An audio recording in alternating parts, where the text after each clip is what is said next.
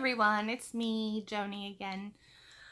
I'm finally filming with that thing that holds my camera, and if my cats don't fool with it too much, then we might actually have a decent video, but we'll see. Might as well get the first yawn out of the way right away. And I'm going to try to look towards where I know I'm supposed to, but it's difficult. It really is. The first thing I wanted to talk about today, I had a couple little things on my mind. And the first thing I wanted to talk about, there is a quote that I heard, and actually it was on like Australia's Next Top Model, and I truly don't know who said it, but I thought it was a really good quote. And it says, if you treat your body badly, it will treat you badly in return. And that's extremely true, because when you think about it, when you're putting all that bad stuff in your body, you get bigger and bigger. You get extra weight and pressure on your joints, which may hurt. You may get diabetes, like I did. You may get high blood pressure. Your liver starts to turn into mush, and it's not supposed to be that way. And I wasn't aware that you can die of cirrhosis of the liver just from being too fat. And yes, I will say fat. I will say fat. I will say obese. I'm not going to sit and try to be politically correct about it. I was 412 pounds. I was super, super morbidly obese, and I was fat. I have to plug in my cord right now. Wish me luck that the cat doesn't try to go after the cord. That's what we can most hope for. So those things are major, major things for a person. If you're thinking about surgery, and everybody's journey is different. So you have the right to tell who you want to feel how you want to about it, and to do it for your own reasons, which I hope are mostly for good health.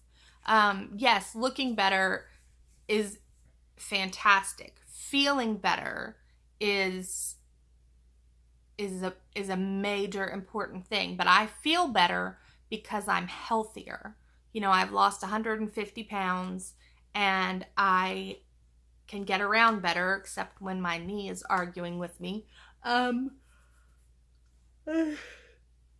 don't think you should wait until you are in my situation. If say you're my height, I'm 5'5", and you weigh you're starting to push 300 pounds. You're the wrong side of 250. If you're having problems, you might want to start looking at, what can I do? What do I need to do? Maybe they're telling you you're diabetic or you're pre-diabetic.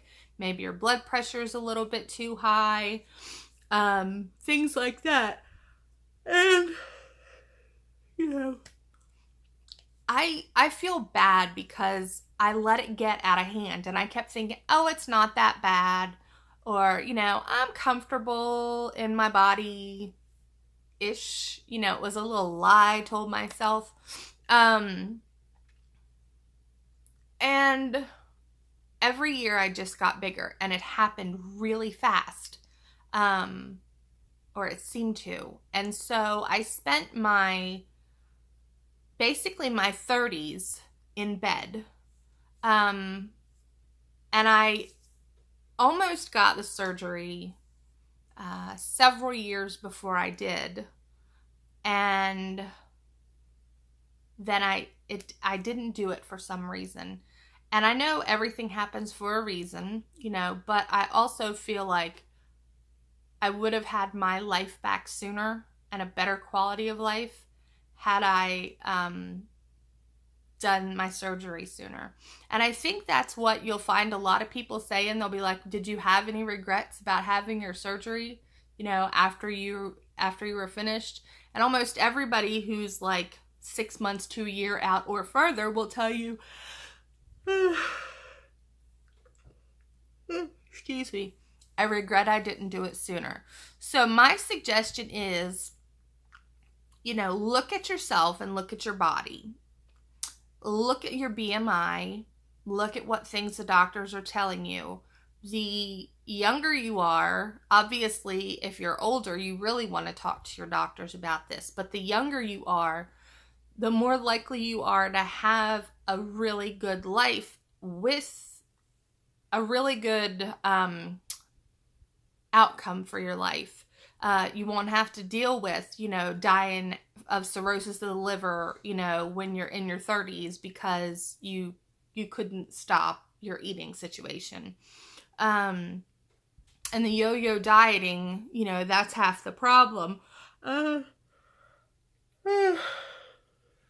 So basically, I just want to say, don't wait until you're like I was, till you are in a wheelchair, till you are not even able to wipe your own self even when you pee,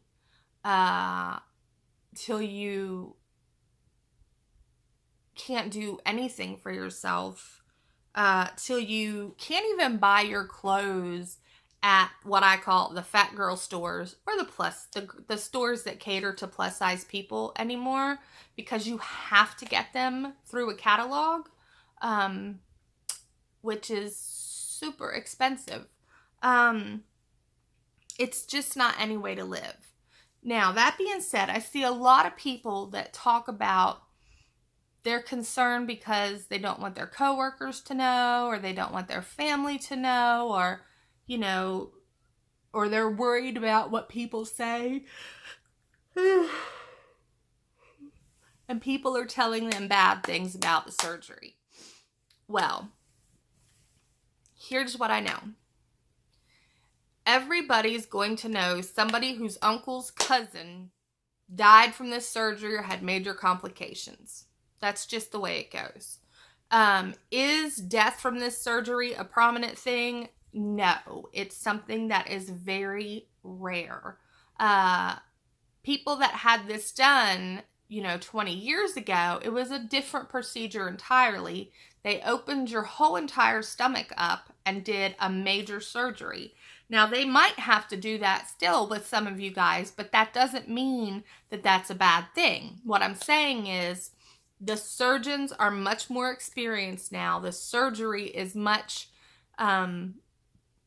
more frequently done, so that the expected outcomes are literally more likely. That doesn't mean that everybody's surgery is the same. It's not. Or everybody's surgeon is the same. But you have to look at it for you.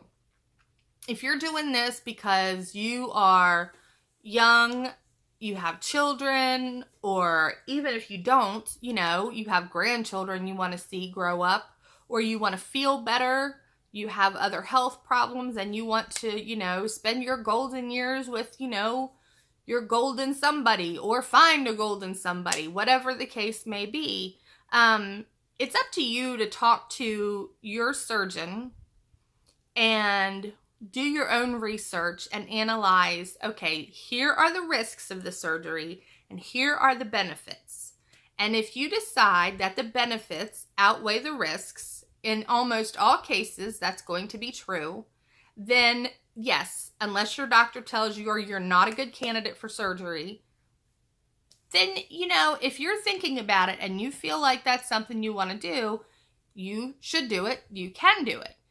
Does it mean that it's anybody else's decision to make? No. It's just like when you go into have a baby. Everybody's going to have stories about how their horrible labors went, or their friends' labors went, or everything else. Everybody has,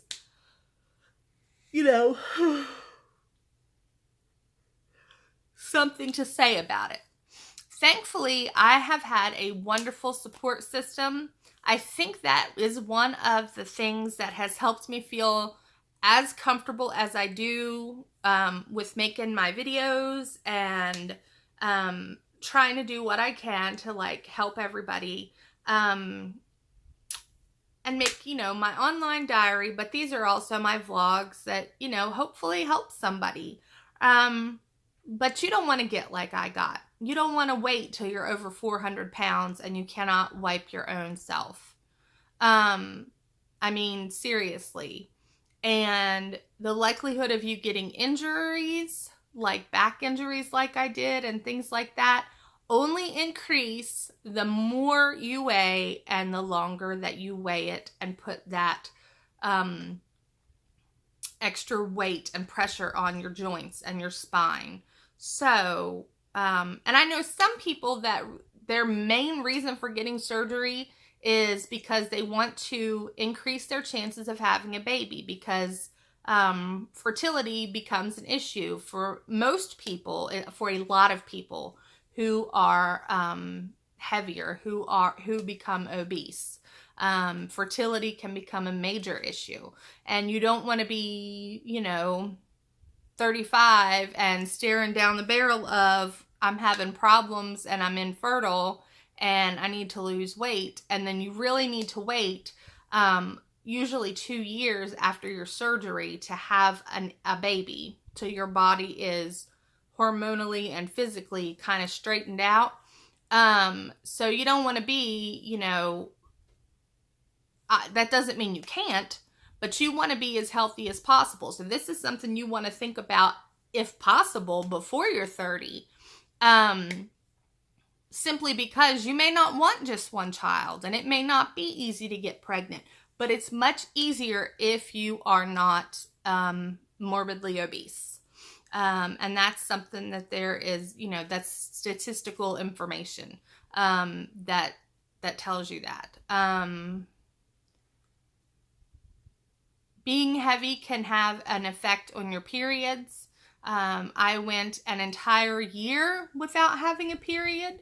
And then I had a period that almost lasted a year, but it was more than a period. It was what's called dysfunctional uterine bleeding, at the end of which I ended up having to have a hysterectomy. I was on medicine. I had DNC. They tried to do the uterine ablation, and they weren't able to because the way my body was made, it wouldn't work. And eventually I did have to get a hysterectomy, and my uterus was large. I tell my daughter I blame the last occupant. So they had to actually do a hysterectomy the old-fashioned way and cut me from my belly button to my pubic bone to get it out. They said it was the size of a baby's head or larger.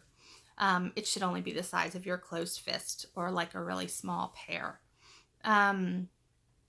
Anyway, any of those things could be problems. PCOS, polycystic ovary disease, that is something that is more common in people that are heavier.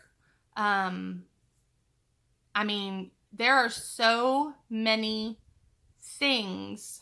There are so many benefits to this surgery, but you have to be ready. Nobody can be ready for you. It's like,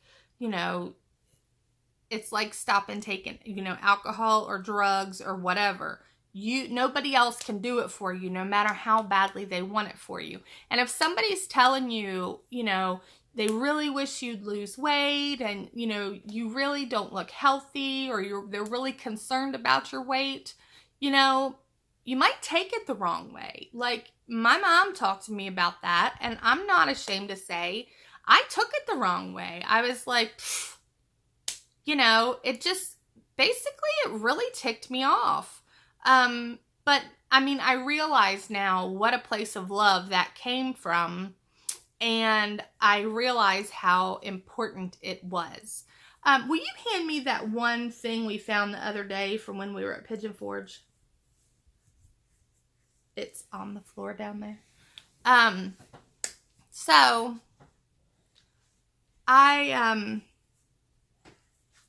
come across a picture of us at Pigeon Forge a couple years ago. This is before my surgery, and I hope to find it and show you guys. And it brought back a lot of memories for me.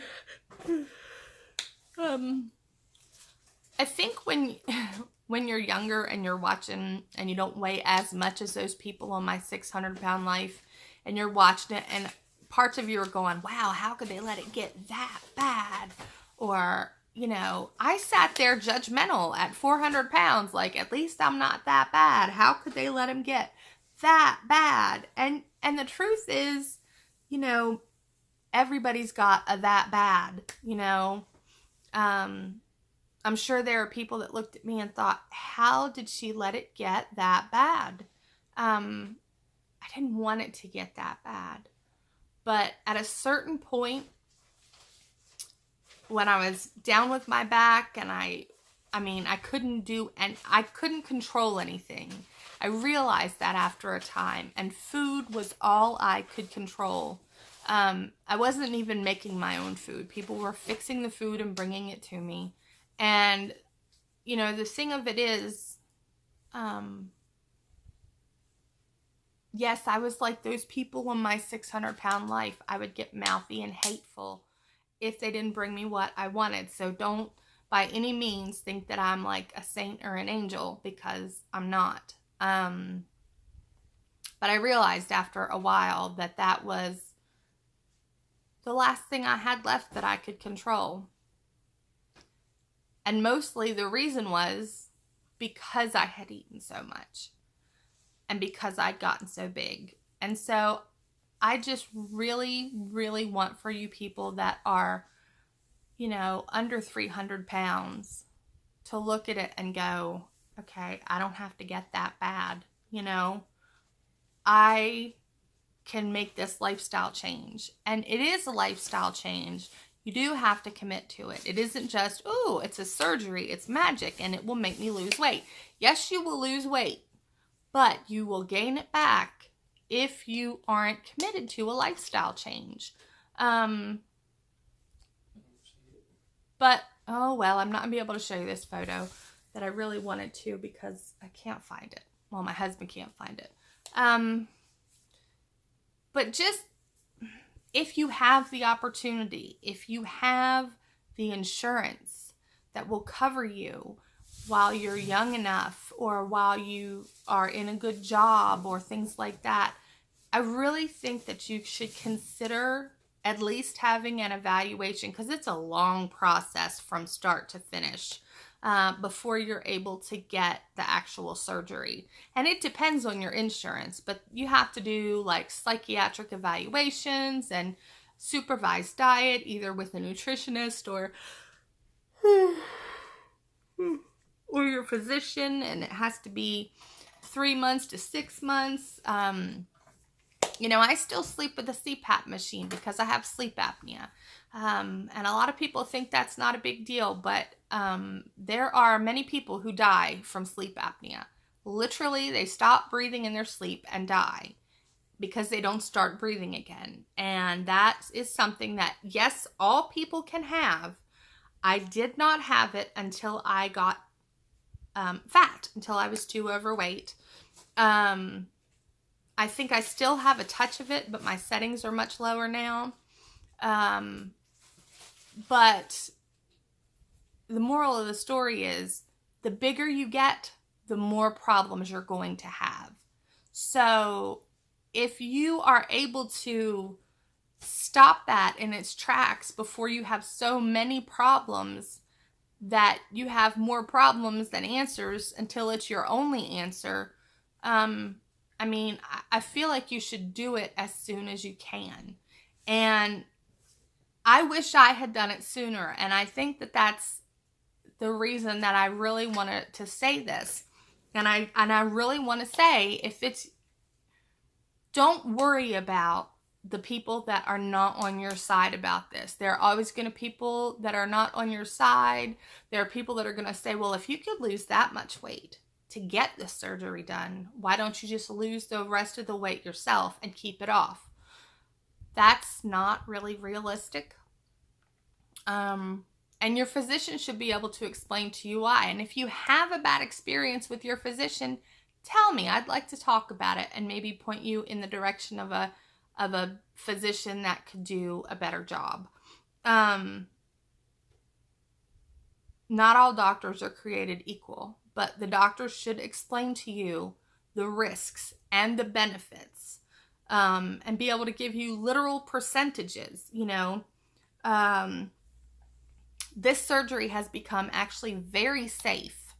And even if you have complications, which I did, getting them turned around is usually not that difficult.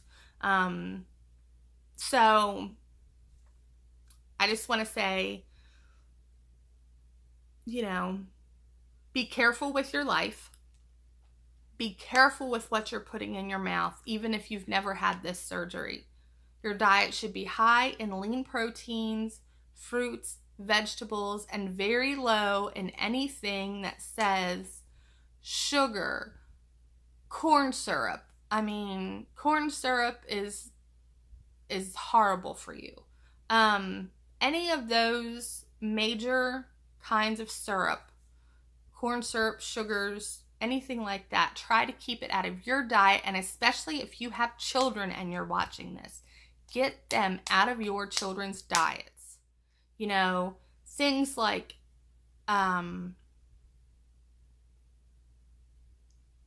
mayonnaise and ranch dressing and things that are basically fat but not anything good for them. Limit it. You don't have to go to McDonald's 3 times a week. You can reduce your portion size.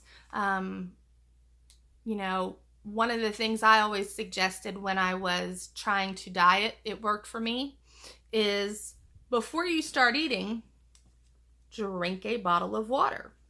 That will then limit the amount of food that you can actually put in your stomach, but you'll still feel full. Chew for a lot longer than you are.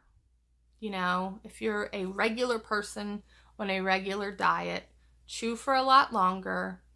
Try to avoid bread as much as possible. It can be done. You can still have a life and eat well. So little changes that you can make, you shouldn't really be drinking a whole lot of milk. Milk is good for you, but you shouldn't drink a whole lot of it.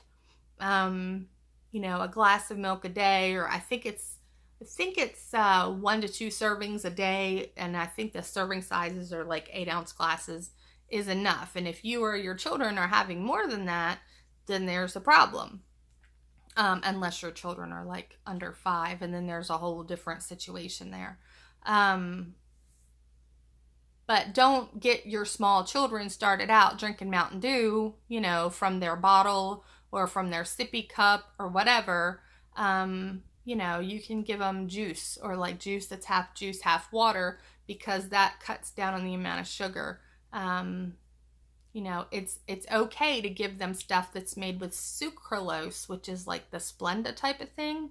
If you're not wanting to deal with aspartame and stuff, you can make them little drinks and squirt the same little stuff in it that I do. And they love it. It tastes like juice to them. They're very happy with it. And then you can give them real fruits for their actual fruits, without all the added sugar. And these are just a few things that are playing on my mind, because I wanted to talk to mostly like the regular people that are maybe where I was before, or people that have a place where they can prevent getting where I was, and especially people who have children who can prevent those children from all of the horrible things of obesity and what it has meant for me and what it means to many, many other people. You don't want your children to become addicted to, eating so many things, to be addicted to soda. I used to be highly addicted to soda. But you can find better choices for them, for snacks and for food. I will be happy to talk to anybody that wants extra help with this. And I know I'm sputtering off here, but I do know nutrition pretty well. So I really would be happy to help you sort out what things you should change, that your kid just like really, really eats and you can't get your kid to stop eating, what's a better substitution, or how can you change something, you know, I will be happy to work on that with you. So if you need me, here I am. And that's all for right now, because it's probably 2:30 in the morning and my husband wants to get in the bed. So that's all. Wherever you are on your journey, I hope you're doing well. Thanks. Bye.